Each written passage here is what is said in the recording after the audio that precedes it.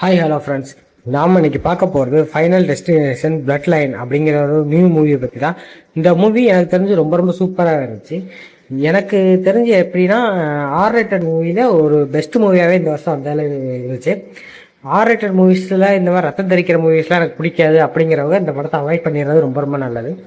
அது போக சாப்பிட்ற டைமில் இந்த படத்தை பார்க்குறது அவாய்ட் பண்ணியிருக்கேன்.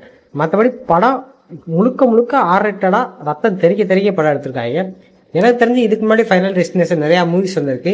அதில் கதையும் சேர்ந்து ஓரளவுக்கு விறுவிறுன்னு போகும். இதில் கதை கொஞ்சம் ஸ்லோவாக இருக்குது. மற்றபடி ஒவ்வொருத்தவங்களும் சாகுற சீன்ஸ்லாம் அந்தளவுக்கு பங்கமாக எடுத்து வச்சுருக்காங்க. ரொம்ப சூப்பராகவே இருந்துச்சு. அதுலேயும் ஃபைனல் சீக்வன்ஸ்லாம் எதிர்பார்க்காத ஒரு சீக்வன்ஸாகவே அமைஞ்சிருந்துச்சு. அந்த மாதிரிலாம் பண்ணியிருந்தாங்க. ரொம்ப சூப்பராக பண்ணியிருந்தாங்க. ஒவ்வொரு சீனும் சரி, ஒவ்வொரு ஃப்ரேம் பை ஃப்ரேமும் பார்த்தீங்கன்னா ரத்தம் தெறிக்க சீன்லாம் பார்க்கும்போது ஐயோ என்னடா இந்த அளவுக்கு பண்ணுறாங்க அப்படிங்கிற மாதிரி இருந்துச்சு. நம்ம தமிழ் சினிமாவை எடுத்துக்கிட்டிங்கன்னா சும்மா ஒரு 10 பேர் அடிக்கிறது 50 பேர் அடிக்கிறது அந்த மாதிரி தான் இருக்கிறாங்க. பட் ஹாலிவுட் இந்த அளவுக்கு ஒரு தரமான படத்தை எடுத்து வச்சிருக்காங்க. இதெல்லாம் எப்படா படமாக எடுக்கிறீ அப்படிங்கிற மாதிரி தான் எனக்கு ஃபீல் ஆச்சு.